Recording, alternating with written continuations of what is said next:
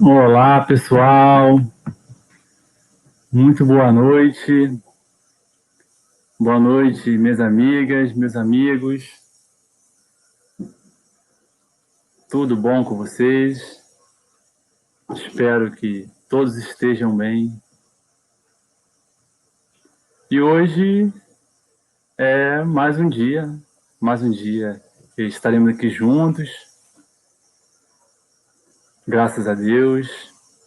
E essa casa tão abençoada que é o Fé, Esperança e Caridade, que tanto trabalha no bem, né? Através dos trabalhos, reuniões.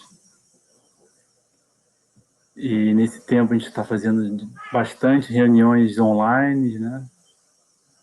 Mas graças a Deus a casa permanece ativa e sempre trabalhando no bem.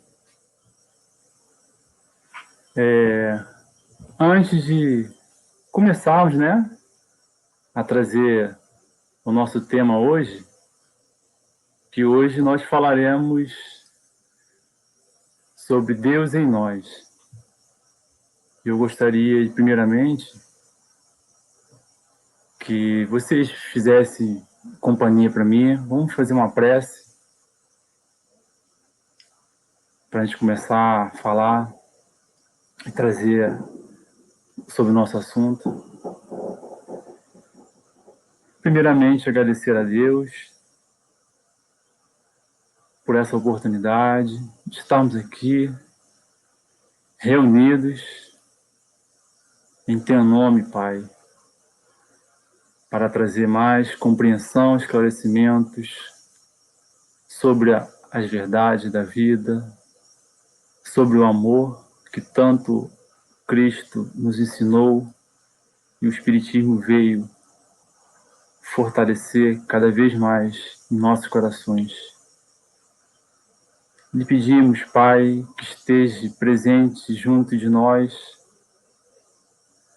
que abençoe a cada um que esteja ouvindo nesse momento, que tuas luzes de paz, de amor, ressoem por cada família necessitada neste momento, que o mundo necessita de tanta paz e amor que o Senhor tem por todos nós.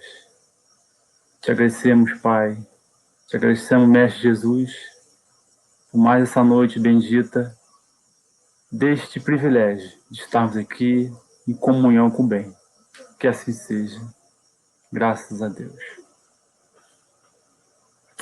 Então, pessoal, para começarmos a falar sobre o nosso tema,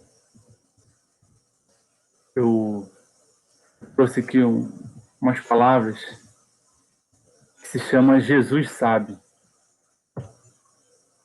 E quantas lágrimas, né?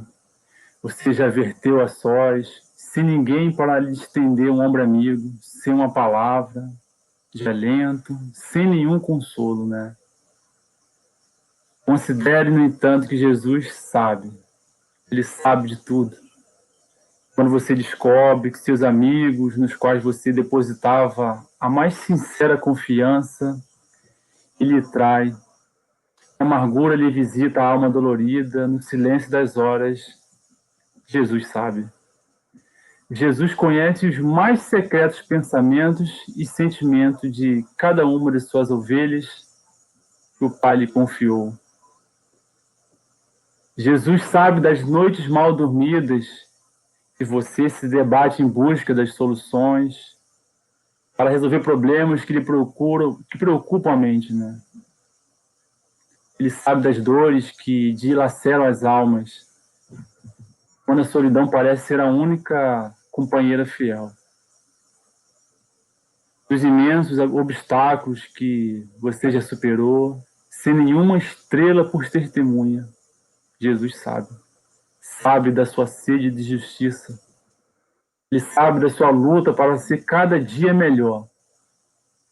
Cada dia melhor que o dia anterior. O Cristo sabe. Esse irmão maior que o Pai confiou à humanidade terrestre.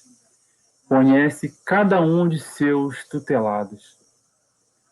Se você já sofreu algum tipo de calúnia, de injustiça, de alguma punição imerecida, o Cristo sabe. Jesus conhece as suas horas de vigília ao lado do leito de um enfermo, de um parente doente. Ele sabe da sua dedicação aos seus filhos, tantas vezes ingratos, ao companheiro, à companheira problemática. O Cristo sabe dos seus autoenfrentamentos para vencer os próprios vícios e as tendências menos felizes. Jesus conhece as suas fraquezas, os seus medos, conhece suas chagas abertas, suas inseguranças. Jesus sabe das muitas vezes que você persiste em caminhar, mesmo com os pés sangrando, ferido, doente. Jesus sabe o peso da cruz que você leva sobre os ombros. Cristo sabe quantas gotas de lágrimas que você já derramou por compaixão, sofrendo a dor de outros corações. Jesus conhece muitas renúncias, suas amarguras não confessadas. Jesus sabe das esperanças que você já distribuiu. Ele sabe dos alentos que você ofertou, das horas que você dedicou voluntariamente em prol de alguém, né? O Cristo conhece suas nobres e percebe aquelas que só notam e ressaltam suas falhas. Jesus entende seu coração dorido de saudade. Ele entende que está dilacerado pela solidão, amargurado pelas dificuldades que às vezes parecem que são impossíveis de ser resolvidas. Cristo sabe.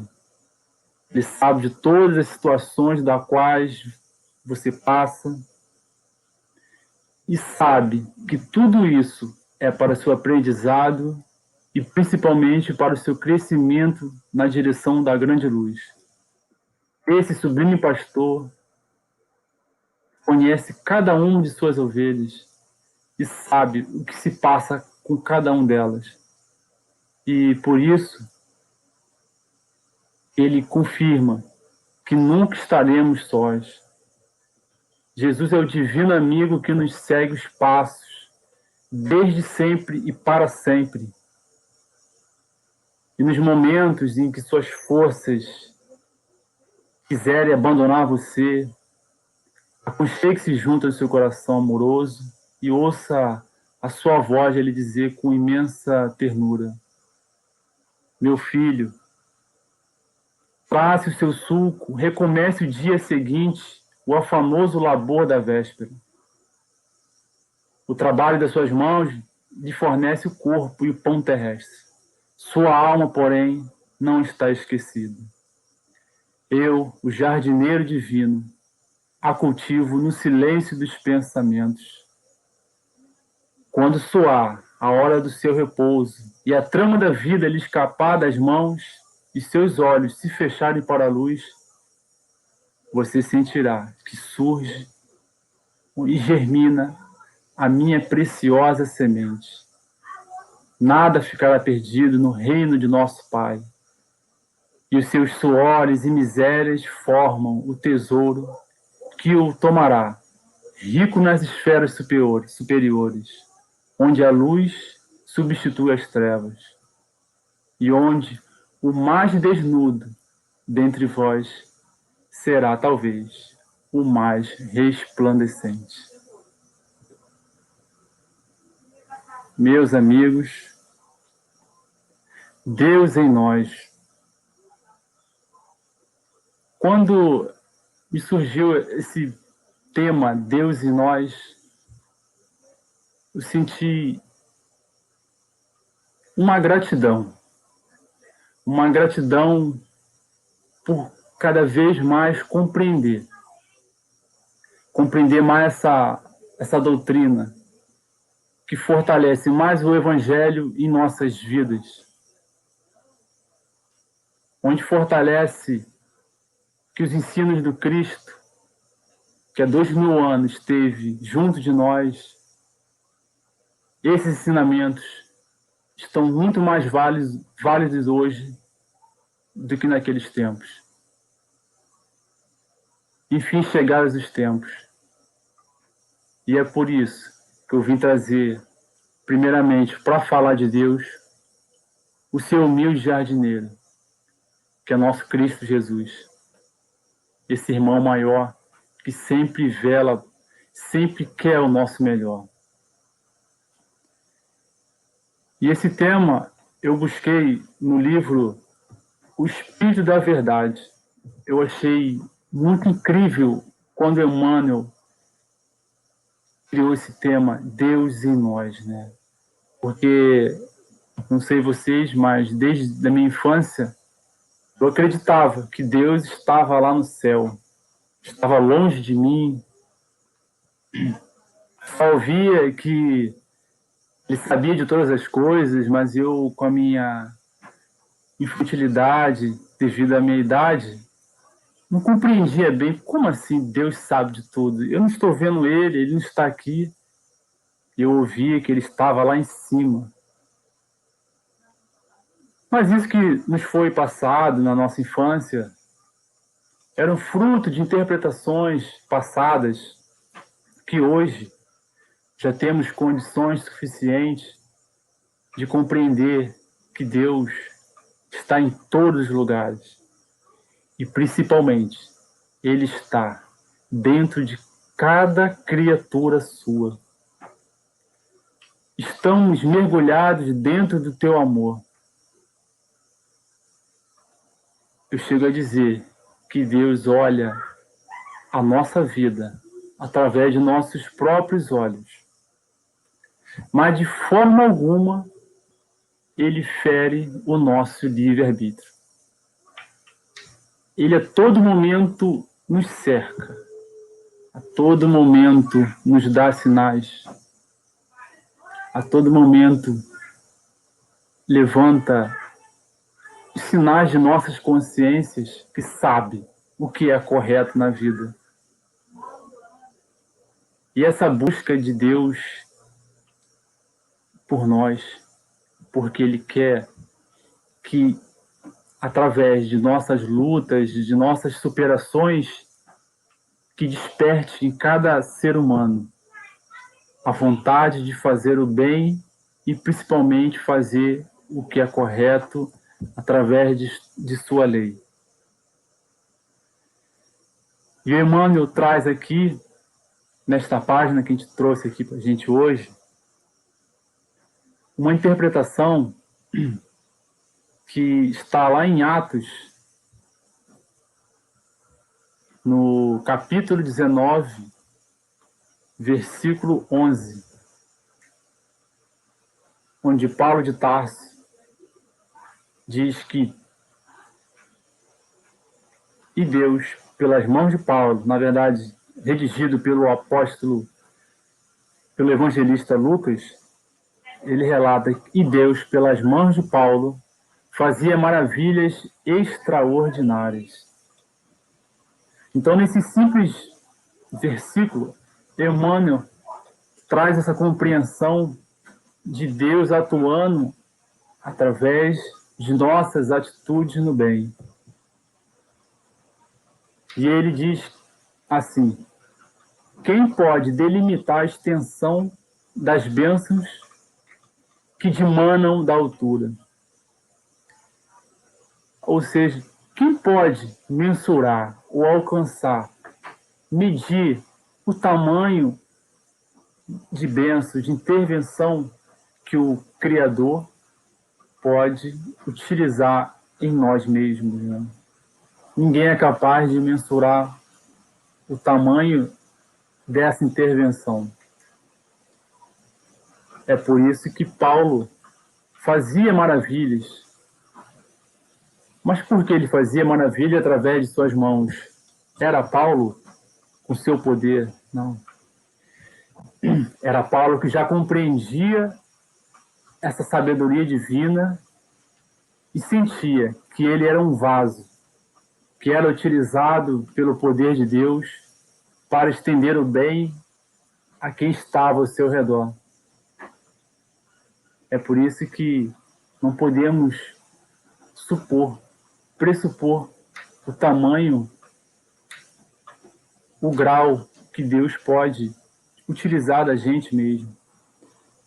Se ele utilizou Paulo para fazer maravilhas, no versículo 12 seguinte, posterior a esse, ele até diz que o próprio lenço que Paulo utilizava, o avental que Paulo utilizava, era disputado para curar as pessoas.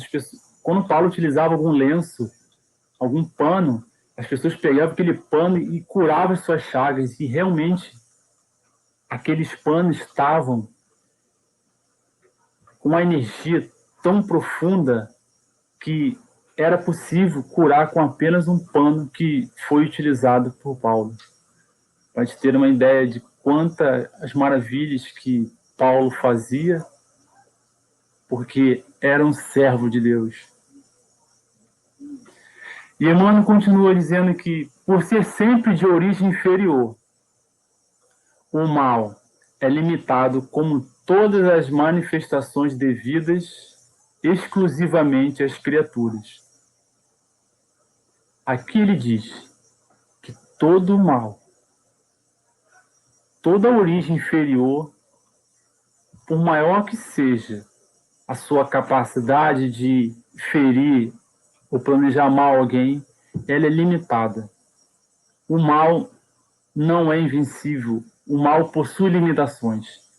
E ele diz aqui que essas manifestações do mal são exclusivamente das criaturas.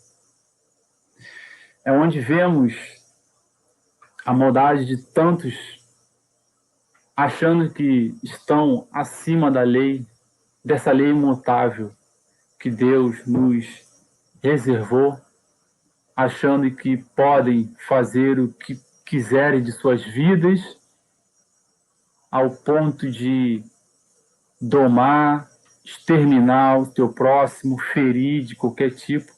Então, esse mal ele é de origem inferior, é de origem humana, é de origem das criaturas que desvirtuaram do caminho reto, né? E ele continua dizendo que o bem, no entanto, possui um caráter divino e semelhante aos tributos do Pai excelso. Traz em si a qualidade de ser infinito em qualquer direção. É aqui que vem dizendo que todo bem, todo gesto que fazemos no bem, no que é correto, você está sendo utilizado pelo Pai excelso. Então, essa bondade que é exercida, ela é utilizada, ela é inspirada em Deus. Porque nós não somos autossuficientes. Necessitamos de mergulhar nessa bondade de Deus, que através de nossos atos vai fazendo a gente espalhar o bem e nesse exercício a gente vai aperfeiçoando cada vez mais o nosso espírito, né? É por isso que esses atributos de Deus, é do Pai. É por isso que quando Cristo foi chamado de bom mestre, Jesus diz que bom é o Pai, porque ele sabe que toda a bondade emana dele. Nós apenas somos instrumentos, né? Antes de tudo, vigora a intenção sincera do Espírito no ato que procura executar. Aqui ele diz que, principalmente, o que importa é que é a intenção sincera daquele que deseja fazer. É por isso que Paulo fazia maravilhas, porque Deus sabia da intenção sincera dele, da vontade, não da vontade dele, porque naquele momento ele já se sentia guiado, porque ele entregou sua vida para o Evangelho do Cristo. E ele poderia muito bem ter desistido, não feito nada, mas não. Ele fez do seu livre-arbítrio para ser um instrumento. E o Emmanuel, vamos continuar aqui. Assim, utiliza as próprias possibilidades a serviço da vontade divina, oferecendo o coração às realizações com Jesus. E o ilimitado surgirá gradativamente nas faixas da experiência, sob a forma de esperança e consolação, júbilo e paz. Então, quando nós entregamos a nossa vontade a favor do bem, a favor da esperança, da consolação, da paz, quando nós nos entregamos a essa vontade divina, e principalmente com sinceridade de coração, pode ter certeza que Deus, através de seus emissários, vão utilizar você, o seu coração, para poder influenciar alguém no bem,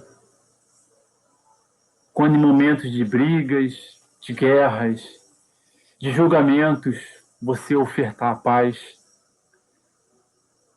Então, essas possibilidades nossas estão ao nosso querer, né? É por isso que o Emmanuel diz isso, né? Que oferecendo o coração às realizações com Jesus. Porque quando o cristão compreende que ser discípulo não é apenas contemplar, não é apenas louvar, cantar as maravilhas que Jesus fez para todos, é quando você arregaça as mangas e trava aquela batalha boa que é interna e onde você oferece o que é de melhor para você a quem está à sua volta. É aí que o discípulo se mostra que está oferecendo seu coração para trabalhar com Cristo. E por mais sombrios que te pareçam aos ideais de hoje, os dias do passado, não te entregues ao desânimo. Quando eu li esta frase aqui, o que me veio em mente foi essa proposta que o Evangelho traz para todos.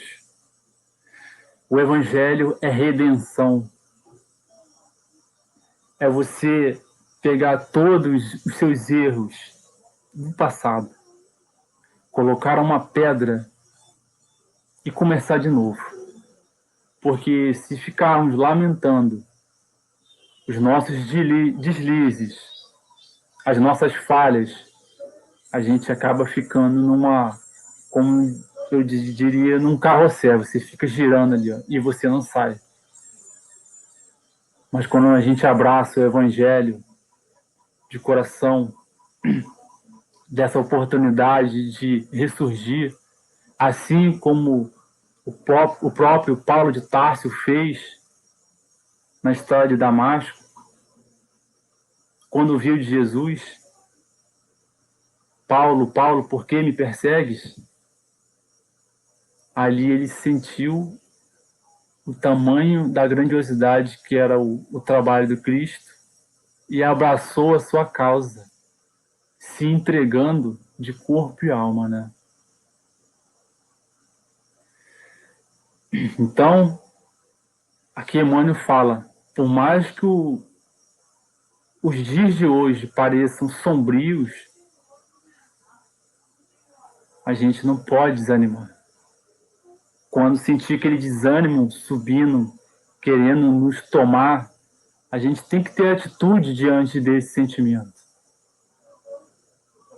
Porque muitas das vezes vem de sentimentos de vidas anteriores nossas, influências não muito boas, então a gente tem que travar e acabar com logo ela, buscando algo de bom,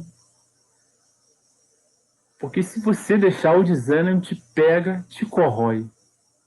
Ele é como uma ferrugem, ele vem te corroendo, corroendo, e se você deixar, você se entrega. E depois que se entrega, fica muito difícil de você se erguer.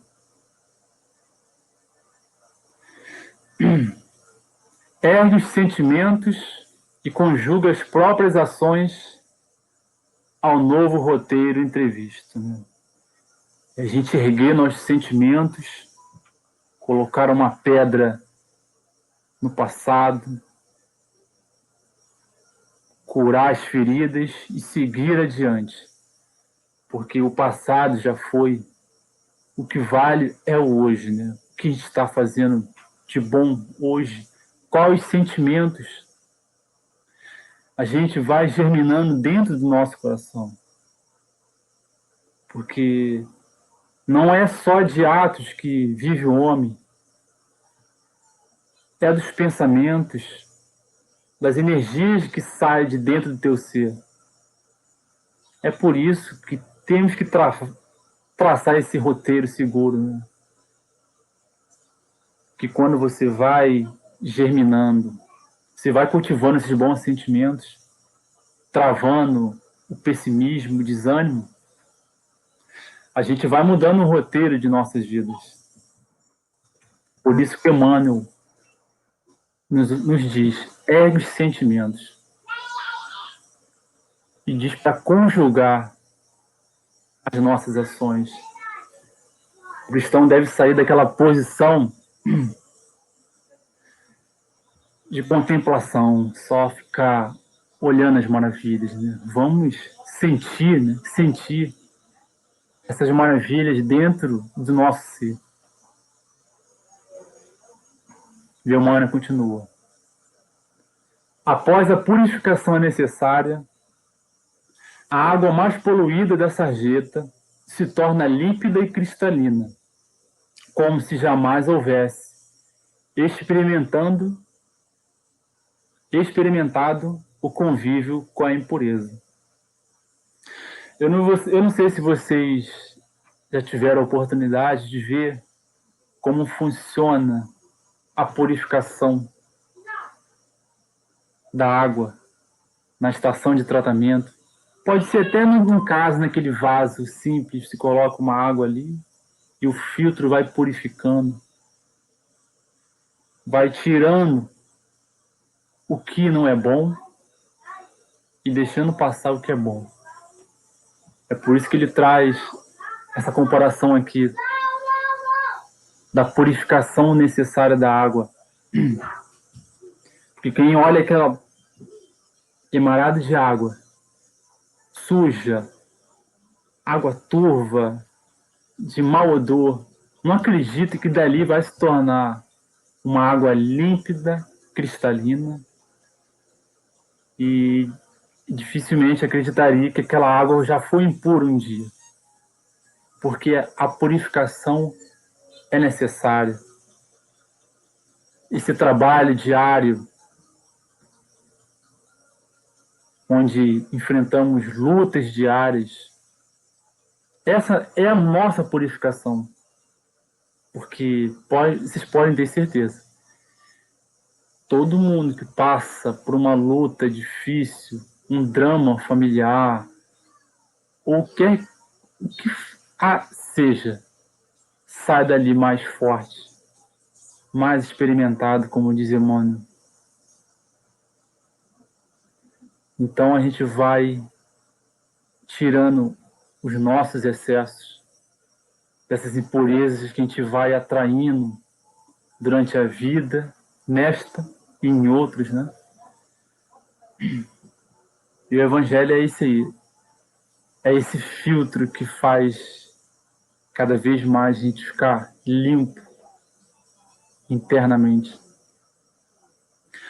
O presente é perene traço de união entre os resquícios do pretérito e uma vida melhor. Olha que frase grandiosa. O hoje, o agora, o que a gente está fazendo aqui, conversando, gerando os bons pensamentos, ele é um traço que une o que já passou, o que sobrou, para uma vida melhor. Então, o que importa é do que aprendemos e fazemos hoje. Que por maior que o erro tenha sido cometido, se há um sentimento de arrependimento, esse é um primeiro passo para a gente começar a cultivar uma vida futura melhor. A gente tem que aprender a cultivar, investir. Quando digo investir, não é investir em dinheiro, né? Que muitos sabem de gerir dinheiro, suas riquezas, mas gerir uma vida futura melhor.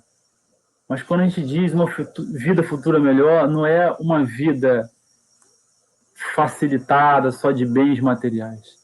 Eu digo uma vida futura melhor do infinito, o que o nosso espírito necessita. Porque, às vezes, o que é bom para o nosso corpo é péssimo para o nosso espírito. E vice-versa. E o que é bom para o nosso espírito, esse burilamento, pode parecer que hoje, para esse corpo, para essa vida, esse veste, seja ruim. Mas Deus sabe se estamos passando por essas lutas, é para daqui sair melhor lá na frente. Plasma em ti mesmo as forças reconstrutivas de tuas novas resoluções, para que se exprimam em obras de aprimoramento e de amor. Aqui ele diz para a gente plasmar dentro da gente, né? Dessas nossas resoluções que a gente está falando aqui, desse caminho do bem, é para trazer para o nosso dia a dia mesmo, né? Porque o evangelho não é para ficar ali guardado na estante, ser lido só no culto, no lar, só na igreja, no centro espírita, no seu centro religioso. O evangelho não é só para aquilo ali. É para você ler, tirar o ensino e introduzir na nossa vida. Porque senão aquele conhecimento ali vai ficar só na cabeça. E ficar só aqui na cabeça não quer dizer que você esteja melhorando. Mas quando o evangelho desce e entra dentro do coração, aí a gente começa a plasmar. Aí a gente começa a reconstruir, né, essas forças que está em forma de semente ainda, dentro de cada um de nós.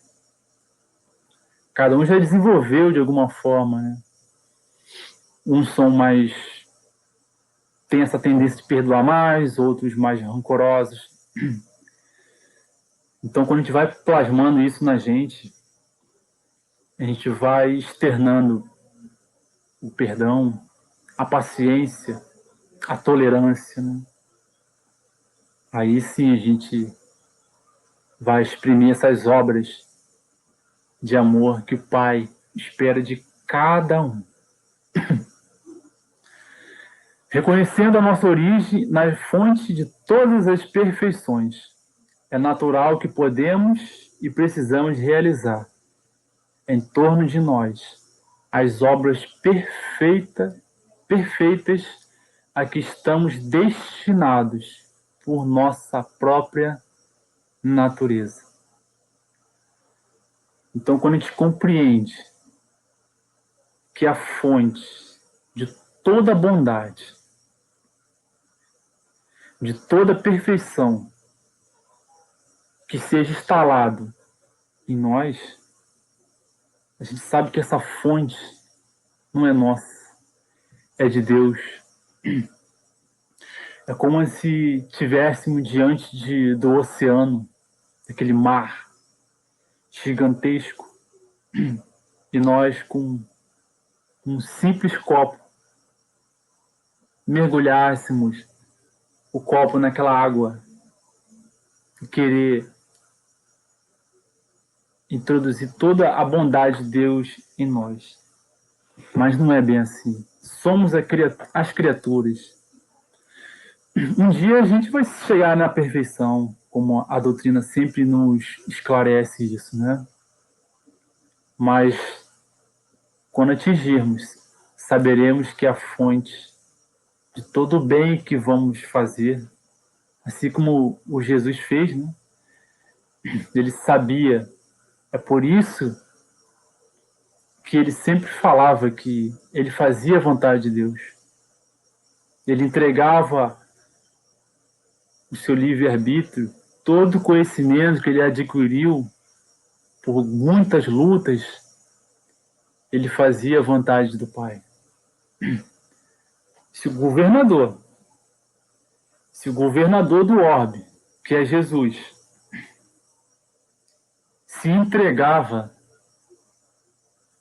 às vontades do Pai, e nós? E nós, criaturas, e nós, discípulos do Cristo, será que a gente entrega nossas vontades? Ou a consciência chama, a gente finge que não ouve, aí a oportunidade passa? Porque às vezes a gente fica meio surdo, né? Ou finge não ouvir, mas Deus vai lá e dá aquele sinalzinho. É alguém que fala alguma coisa. É um projeto que você estava matutando ali, pensando, e na hora pá, dá tudo errado e você se esperneia, tenta, não consegue. Até que você luta e consegue e vê que não era bem aquilo, né? Mas o sinal foi dado lá atrás, mas a gente fingiu que não ouviu. A gente não quis, como fosse uma criança, né? Entregar o controle, pegar aquele controle de joystick e entregar. Não, eu não vou entregar. Às vezes a gente parece um pouco aquelas crianças, né? Que pensa, mas na hora ali, perdeu o jogo, não quer entregar o controle. Então a gente tem que pensar bastante nisso. Se o mestre entregou o controle dele, fazendo a sua vontade, a gente tem que refletir bastante nisso, do que a gente vem fazendo no nosso dia a dia, né? Eis o valor do registro dos Atos dos Apóstolos. Ao recordar-nos a magnitude das tarefas de Paulo, quando o iniciado de Damasco se dispôs a caminhar, auxiliando e aprendendo no holocausto das próprias energias à exaltação do bem.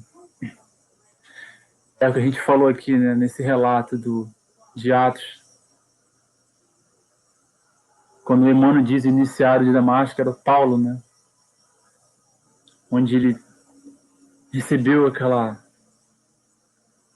mensagem na história de Damasco, quando Cristo apareceu para ele. Ele utilizou toda aquela sua energia, aquele ímpeto de realização, o que faltava a ele era só ajuste de rota. Quando ele se dispôs a ficar na rota do bem, ele fez maravilhas, né? E vocês podem ter certeza que Deus, Jesus atuou junto dele.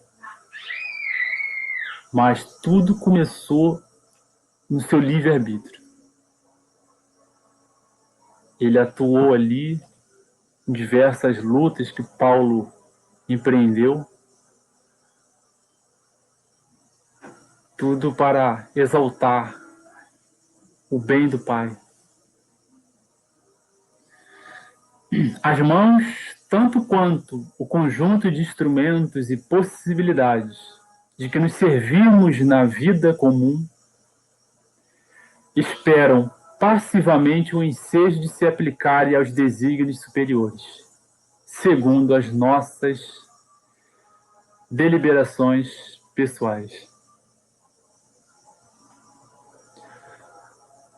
As coisas, os instrumentos, eles ficam ali. Eles precisam dessas mãos que possibilitem, né? Como o próprio Emmanuel diz. Ou seja, qualquer coisa, né? Numa prece, no conselho, quem pode ajudar quem está do seu lado materialmente, trabalha no bem. Tudo está ali passivamente aguardando alguém que se aplique, mas vai bater de novo no nosso livre-arbítrio. E quando a gente começa a dar o nosso tempo, a dar nosso espaço aos desígnios da força divina, é claro que Deus atua nessas pessoas, qualquer que seja. Aqui não existe, essa revelação da doutrina nos mostra que não existe eleito, esses escolhidos. A bondade está disponível para quem quer que seja. Então, segundo as nossas próprias opções, né? E aqui é a frase que dá destaque a esta página. Quando agimos no bem, sentimos a presença de Deus em nós. É aquilo quando a gente faz algo de bom, o retorno, a gratificação, é aquele sentimento bom que não foi o que você doou, mas quando se dá algo, quando se auxilia, quando você se oferece, você sente essa presença de Deus, né? Porque Deus não fala nos nossos ouvidos, seja isso. Uma vez, me recordo, eu vi numa palestra, eu acho que se não me engano foi do Haroldo, ele contando que um repórter foi perguntar, eu acho que foi a irmã Dulce ou a Madre Teresa, me perdoa o nome, não estou recordando qual seja, as duas são maravilhosas, né? De se ela conversava com Deus. Ela falou que quando ela orava, ela conversava com Deus. E ele perguntou, e o que ele fala com você? O que você fala com ele? Fala, eu não falo nada com ele. Ué, mas e ele? E ele, o que ele fala com você? Ele também não fala nada. É porque ela sente a presença. Então, todos aqueles que agem no bem, agem no amor, ele sente essa presença de Deus. Sente que você está agradando a Deus, auxiliando aquele irmão que é criatura dele. Quer ver um exemplo simples? Eu faço uma pergunta aqui aos pais. Imagine alguém fazendo bem ao seu filho, você não vai gostar? Se nós, que somos criaturas ainda imperfeitas, a caminho da perfeição, sentimos esse sentimento de gratidão, né, quando fazem bem aos nossos filhos, imagine Deus, que é todo amor, que é toda bondade. Medita no emprego dos teus recursos no campo da fraternidade. Aqui ele diz para a gente pensar, porque o Espiritismo, a maravilha desta doutrina é essa, é você meditar, é você fazer crescer em você uma fé raciocinada, uma fé que medita, que compreende, que fé não é apenas você crer, você acreditar, porque podemos acreditar em qualquer coisa. Você pode acreditar num time de futebol, no partido, em qualquer um ídolo, mas fé raciocinada é quando você compreende que tudo que a gente está passando hoje, seja bom ou ruim, é para o nosso aprendizado. E principalmente que Jesus está no comando deste planeta. Mas o Cristo, a todo momento, junto com o Pai, sempre nos dá sinal, sempre nos chama, seja através de um livro, de um vídeo simples como esse, como a gente está conversando aqui. Deus não esquece da gente, só que Ele fala por sinais, através das pessoas, das circunstâncias que vão tomando a nossa vida. Então a gente tem que empregar esse recurso que a gente está extraindo do Evangelho e utilizar para a fraternidade, né? Desterra de teu caminho a barreira do desalento e prossegue confiante, vanguarda fora. O solo frutifica sempre quando ajudado pelo cultivador. Tá ali, né? Quem já plantou algo aqui sabe que para gerar o fruto de uma planta, para gerar algo, tem que preparar o solo, colocar a semente, ir regando. Requer trabalho, requer suor, energia. Então o solo ele só vai crescer quando ele é ajudado, né? As coisas só vão acontecer quando a gente tomar a atitude de saber o que é correto. Se eu ofendi, se eu magoei alguém, se a gente ter essa humildade de pedir desculpa, porque é assim que a gente vai expandindo essa fraternidade. É assim que a gente vai virando instrumento de Deus.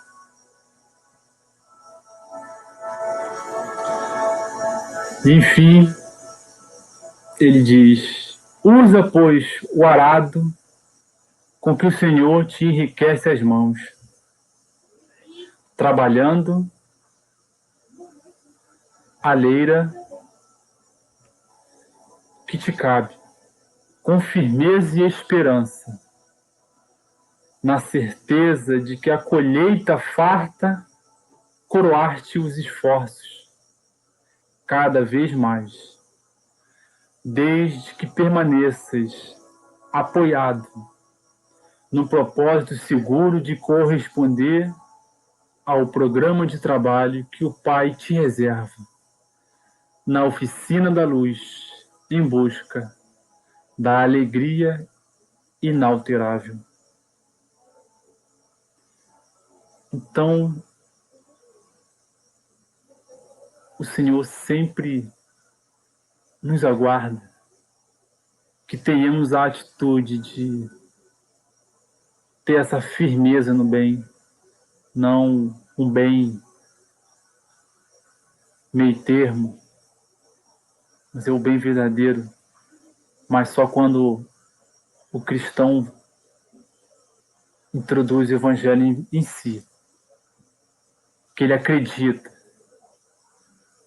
que ele sabe que ser cristão é vivenciar, não é só contemplar as belezas que o Jesus nos trouxe através de inúmeras passagens. E a gente tem que ter essa firmeza e a certeza que Deus está junto de nós, não mais longe, Ele está aqui. Ele está aqui dentro de mim, Ele está aí dentro de você. Ele está dentro dos nossos sentimentos, dos nossos pensamentos e nos aguardando as nossas possibilidades de fazer o bem. Porque o projeto já está feito. O que é de nosso direito já está reservado. Cabe a nós fazer esse caminho ser demorado ou mais rápido. Então, meus amigos, que Jesus reserve a nossa oficina de luz, que é nosso coração, que é o nosso sentimento, e que Jesus cresça cada vez mais dentro de nós, através de nossas atitudes, porque o amor do Pai não abandona ninguém. Fiquem todos na paz. Me estendi um pouquinho aqui, mas o assunto é muito bom, mas espero que vocês saiam daqui compreendendo que Deus ama cada um ser. E por mais que a sombra do dia pareça sem fim, o que está reservado para nós, temos que correr atrás. Fiquem na paz de Deus, que Deus abençoe a cada um e até uma próxima. Até mais.